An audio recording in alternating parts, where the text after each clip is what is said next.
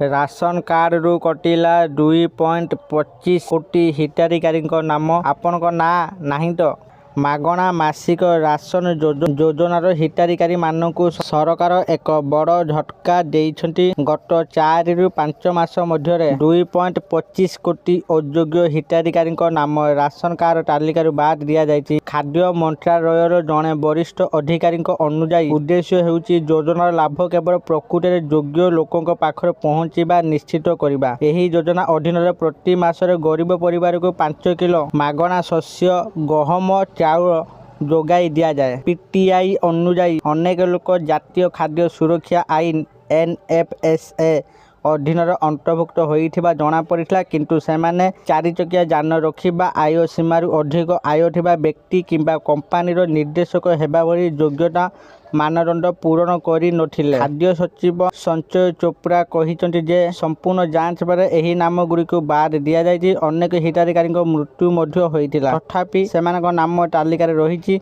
जहाकू एबे बाद दिया जायछि। केंद्र सरकार अयोग्य हिताधिकारी चिन्हित करिसंति एवं राज्य गुड़िक सहित तालिका शेयर करिसंति। एहा परे राज्य सरकार माने अयोग्य बोली जना पड़िथिबा लोकक नाम जांच करी हटाई देइसंति। एही प्रक्रियार एक अंश स्वरूप 4 रु 5 मास मध्य राशन कार्ड डाटाबेस रु 22.5 न्यूटन नाम बाद दिया जायछि। राज्य गुड़िक मध्य योग्य हिताधिकारी जोड़िबा जारी रखिछंती। एही योजना 2टी वर्गर हिताधिकारी अंतर्भुक्त कराए। अंत्योदय अन्न योजना AAY परिवार गुड़िक प्रति मासरे 35 किलोग्राम शस्य पाती।